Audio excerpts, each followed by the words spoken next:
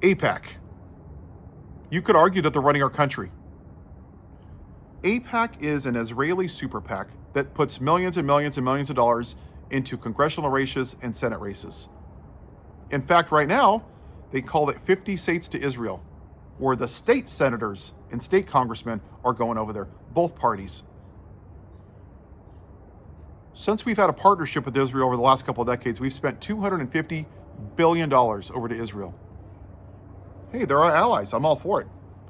But at the same time, what Israel's doing to Gaza is disgusting, and Benjamin Netanyahu should be buried out of the prison and left to rot, and then spend eternally in hell with Jeffrey Epstein. See, it's not hard to say that.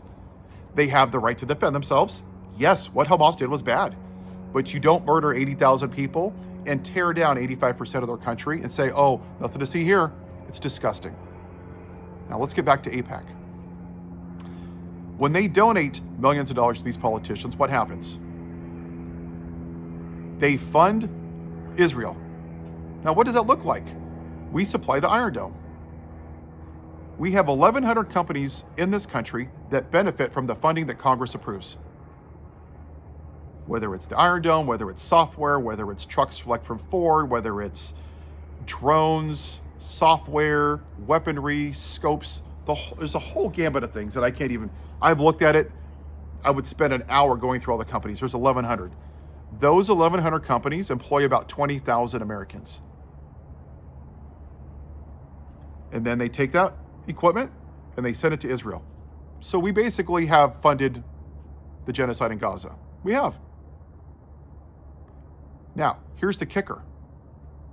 Not only do the people of Congress get the money from AIPAC, but then the people that build all the equipment, those 1,100 companies that employ 20,000 people, they give money to Congress. They're getting it from AIPAC and from the companies. That's why I'm so hard on the Democratic Party. They are not the lesser of two evils. They're just more polished. They're complicit in this. They're all complicit in it. When you look at who's spoken out against what's the horrors in Gaza, the people that don't take money speak out. The ones that have, you almost never hear them talk about it. You don't hear the Orange Piggy talk about it. You don't hear Jeffries talk about it. You don't hear Swalwell talk about it. You don't hear Schumer talk about it. Money. We're being screwed by both parties, my friends. We can't really expect that the people that are benefiting from these AIPAC monies, that want to stay in power, we can't really expect that you're just going to magically pass laws that's going to tell them they can't get money from AIPAC, are we? Or from the corporations that are benefiting?